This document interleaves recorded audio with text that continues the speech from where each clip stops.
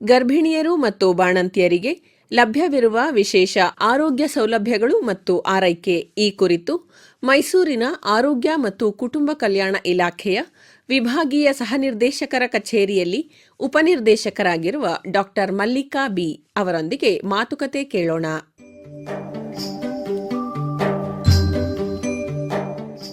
ಕೇಳುಗರಿಗೆಲ್ಲ ನಮಸ್ಕಾರ.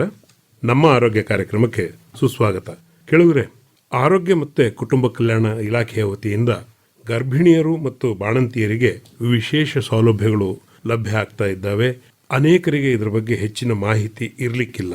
ಏನೆಲ್ಲ ಸೌಲಭ್ಯಗಳು ರಾಷ್ಟ್ರೀಯ ಆರೋಗ್ಯ ಕಾರ್ಯಕ್ರಮದ ಅಡಿಯಲ್ಲಿ ಮತ್ತು ರಾಜ್ಯದ ಆರೋಗ್ಯ ಕಾರ್ಯಕ್ರಮದ ಅಡಿಯಲ್ಲಿ ಲಭ್ಯ ಇದ್ದಾವೆ ಅನ್ನೋದನ್ನು ತಿಳಿಸ್ಕೊಡ್ಲಿಕ್ಕಾಗಿ ಇವತ್ತು ನಮ್ಮ ಜೊತೆಗೆ ಆರೋಗ್ಯ ಮತ್ತು ಕುಟುಂಬ ಕಲ್ಯಾಣ ಇಲಾಖೆಯ ಮೈಸೂರು ವಿಭಾಗೀಯ ಜಂಟಿ ನಿರ್ದೇಶಕರ ಕಚೇರಿಯಲ್ಲಿ ಉಪನಿರ್ದೇಶಕರಾಗಿರುವ ಡಾಕ್ಟರ್ ಮಲ್ಲಿಕಾ ಬಿ ಅವರಿದ್ದಾರೆ. ಡಾಕ್ಟರ್ ಮಲ್ಲಿಕಾ ಅವರಿಗೆ ನಮ್ಮ ಕಾರ್ಯಕ್ರಮಕ್ಕೆ ಸ್ವಾಗತ.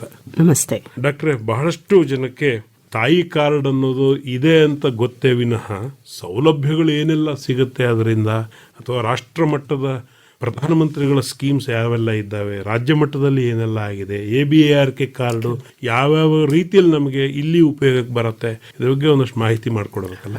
ಖಂಡಿತ. ತಾಯಿ ಗರ್ಭಿಣಿ ಇದ್ದಾಗ ನಾವು ಸರಿಯಾಗಿ ನೋಡ್ಕೊಂಡ್ರೆ ಒಂದು ಆರೋಗ್ಯವಂತ ಮಗು ಹುಟ್ಟುತ್ತೆ, ಪರಿವಾರವು ಆರೋಗ್ಯ ಆಗಿರುತ್ತೆ. ಹಾಗೆ ಈ ತಾಯಿ ಮರಣ, ಶಿಶು ಮರಣ ತಡೆಗಟ್ಟಬೇಕು ಅನ್ನೋ ನಿಟ್ಟಿನಲ್ಲಿ ಹಲವಾರು ಕಾರ್ಯಕ್ರಮಗಳನ್ನ ಹಮ್ಮಿಕೊಂಡಿದ್ದಾರೆ. ಅದರಲ್ಲೂ RMNCH+A ಪ್ರೋಗ್ರಾಮ್ ಅಂತ ನಾವು ಹೇಳ್ತೀವಿ. ಸಂತಾನೋತ್ಪತ್ತಿ, ತಾಯಿಯ, ನವಜಾತ ಶಿಶುವಿನ, ಮಕ್ಕಳ ಹಾಗೆ ಹದಿಹರೆಯದವರ ಆರೋಗ್ಯ ಕಾರ್ಯಕ್ರಮ ಅಂತ ಹೇಳ್ತೀವಿ. ಇದರಲ್ಲಿ ಗರ್ಭಿಣಿ ಆದ ತಕ್ಷಣ ಆದಷ್ಟು ಬೇಗ ನೋಂದಾವಣೆ ಮಾಡಬೇಕು. 3 ತಿಂಗಳ ಒಳಗಡೆನೆ ನೋಂದಾವಣೆ ಮಾಡಬೇಕು. ನೋಂದಾವಣೆ ಆದ ತಕ್ಷಣ ಆಕೆಗೆ ತಾಯಿ ಕಾರ್ಡ್ ಕೊಡ್ಬೇಕು. ತಾಯಿ ಕಾರ್ಡ್ ಆದ್ಮೇಲೆ RCH ಪೋರ್ಟಲ್ ಅಂತ ಬರುತ್ತೆ, ಅದರೊಳಗೆ ಎನ್ರೋಲ್ ಮಾಡಿ ಒಂದು ನಂಬರ್ ಅನ್ನ ಕೊಡ್ತಾರೆ, RCH ID ಅಂತ. ಅದನ್ನ ತಾಯಿ ಕಾರ್ಡ್ ನಲ್ಲಿ ಬರಿಬೇಕಾಗುತ್ತೆ. ಪ್ರತಿ ತಿಂಗಳು ಆಕೆ ಪ್ರಾಥಮಿಕ ಆರೋಗ್ಯ ಕೇಂದ್ರಕ್ಕೆ ಬಂದು ಆಶಾ ಕಾರ್ಯಕರ್ತೆ ಇರಬಹುದು, ಅಥವಾ PACOs ಅಂತ ಹೇಳ್ತೀವಿ, ಪ್ರಾಥಮಿಕ ಸುರಕ್ಷತಾ ಅಧಿಕಾರಿಗಳು ಅಥವಾ ಕಮ್ಯುನಿಟಿ ಹೆಲ್ತ್ ಆಫೀಸರ್ಸ್, ಅವ್ರ ಹತ್ರ ಬೇಸಿಕ್ ಇನ್ವೆಸ್ಟಿಗೇಷನ್ ಮಾಡಿಸ್ಕೊಂಡು HB ಎಷ್ಟಿದೆ, BP ಎಷ್ಟಿದೆ, ಹೈಟ್ ಎಷ್ಟಿದೆ, ಇವನ್ನೆಲ್ಲ ಮಾಡಿಸ್ಕೊಂಡು ಅದನ್ನ ತಾಯಿ ಕಾರ್ಡ್ನಲ್ಲಿ ಎಂಟ್ರಿ ಮಾಡಬೇಕು. ನೆಕ್ಸ್ಟು ಆದಷ್ಟು ತೊಡಕಿನ ಗರ್ಭಿಣಿಯರನ್ನ ಪತ್ತೆ ಹಚ್ಚಬೇಕು.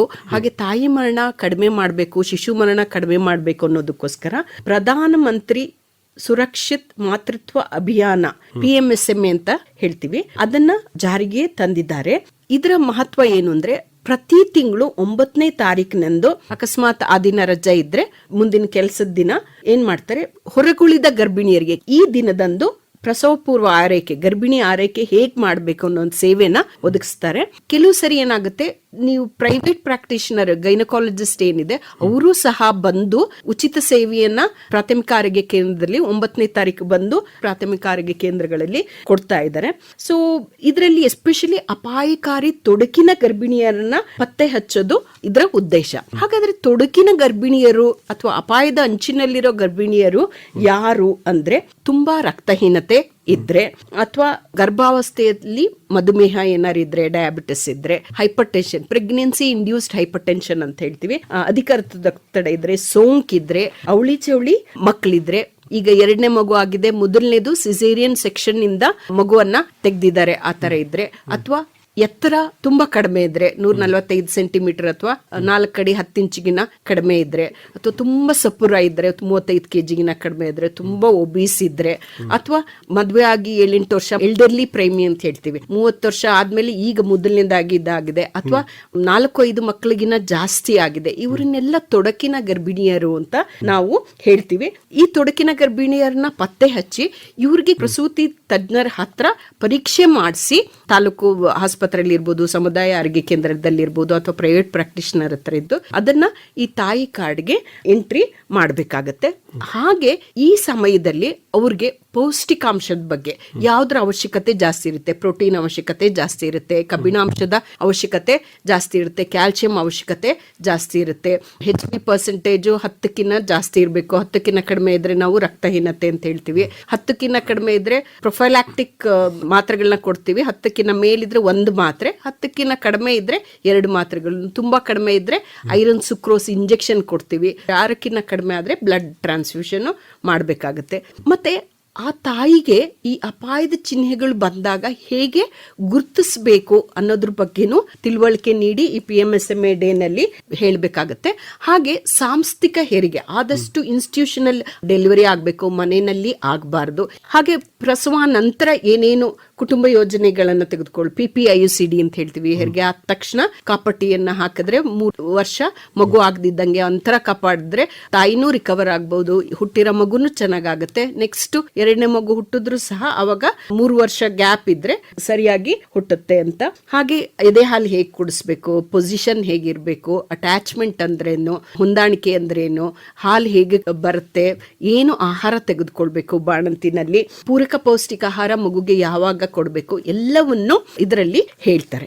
ಈಗ ಏನಾಗಿದೆ ಅಂದ್ರೆ ಕೆಲವು ಸರಿ ಅವರು ಆಸ್ಪತ್ರೆಗೆ ಬರ್ದೇ ಇರಬಹುದು ಅಥವಾ ವೈದ್ಯರು ಹೇಳಿದ್ದು ಮರ್ತ್ ಹೋಗ್ಬಿಡ್ಬಹುದು.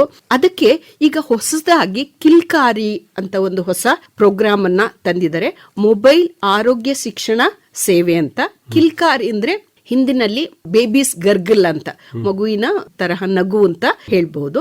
ಇದರಲ್ಲಿ ಏನ್ ಮಾಡ್ತಾರೆ ಅಂದ್ರೆ, ನೀವು ಆಶಾ ಕಾರ್ಯಕರ್ತೆ ಇರ್ಬೋದು, PECO ಇರ್ಬೋದು, ಅವರು ಯಾವುದು ನೀವು ಉಪಯೋಗಿಸ್ತೀರ ಫೋನ್ ನಂಬರ್ ಕೊಟ್ರೆ ಆ ನಂಬರ್ ಅನ್ನ RCH ಪೋರ್ಟಲ್ ಅಲ್ಲಿ ನೋಂದಾವಣೆ ಮಾಡ್ತಾರೆ.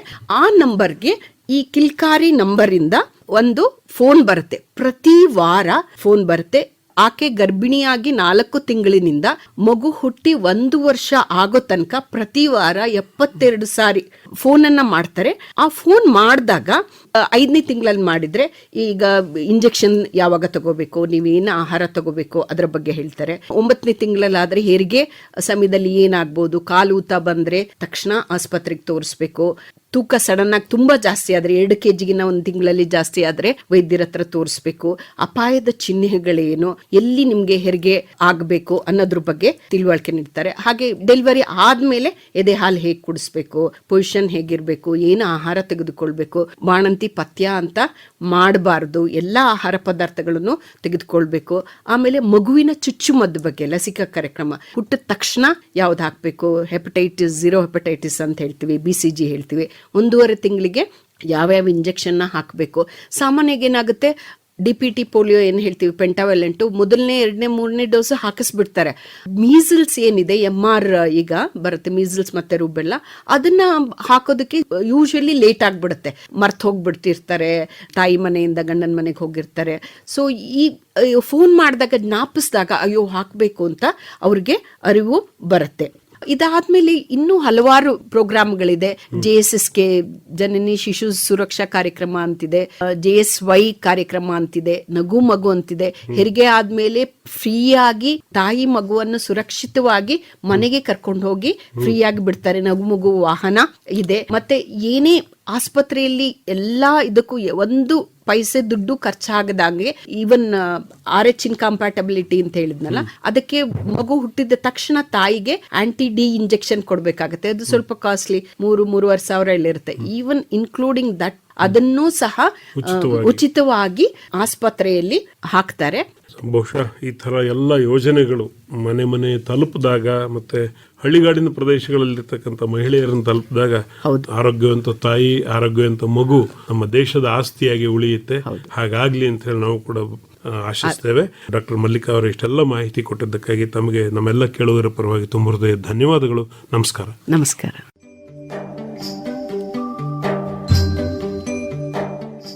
ಇದುವರೆಗೆ ಗರ್ಭಿಣಿಯರು ಮತ್ತು ಬಾಣಂತಿಯರಿಗೆ ಲಭ್ಯವಿರುವ ವಿಶೇಷ ಆರೋಗ್ಯ ಸೌಲಭ್ಯಗಳು ಮತ್ತು ಆರೈಕೆ ಈ ಕುರಿತು ಮೈಸೂರಿನ ಆರೋಗ್ಯ ಮತ್ತು ಕುಟುಂಬ ಕಲ್ಯಾಣ ಇಲಾಖೆಯ ವಿಭಾಗೀಯ ಸಹನಿರ್ದೇಶಕರ ಕಚೇರಿಯಲ್ಲಿ ಉಪನಿರ್ದೇಶಕರಾಗಿರುವ ಡಾಕ್ಟರ್ ಮಲ್ಲಿಕಾ ಬಿ ಅವರೊಂದಿಗೆ ಮಾತುಕತೆ ಕೇಳಿದಿರಿ. ಇವರೊಂದಿಗೆ ಭಾಗವಹಿಸಿದ್ದವರು ಬೇದ್ರೆ ಮಂಜುನಾಥ್.